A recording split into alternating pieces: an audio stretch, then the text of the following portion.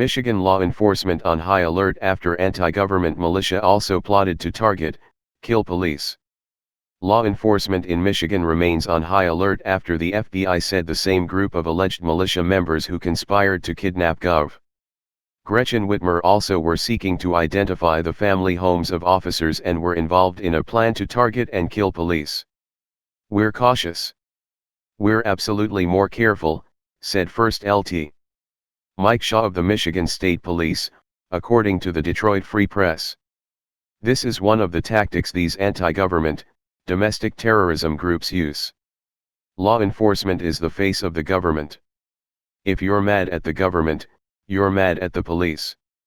Shaw and other officials have said police remain on high alert because officers can be put at risk while carrying out traffic stops, sitting in their marked vehicles, as well as while wearing uniforms in public or getting possible fake calls for service, the newspaper reported.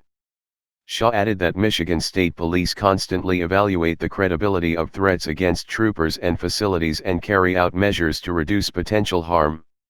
State troopers are assigned to protect Whitmer, and she, after the charges were announced last week, thanked them for their public service. Michigan State Police did not immediately return Fox News' request for comment. 7 individuals face state terrorism, gang membership, and firearm charges in connection to the alleged plot to identify the home addresses of law enforcement officers in order to target them, make threats of violence to instigate a civil war leading to societal collapse, and plan and train for an operation to attack the state capitol building and kidnap government officials, Michigan Attorney General Dana Nessel announced last week.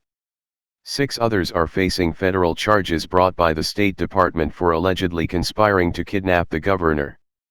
The militia group had already been brought to the attention of the FBI by a local police department in March 2020 when members of the militia group were attempting to obtain the addresses of local law enforcement officers, according to the complaint penned by FBI Special Agent Richard J. Trask II and filed in U.S. District Court last week.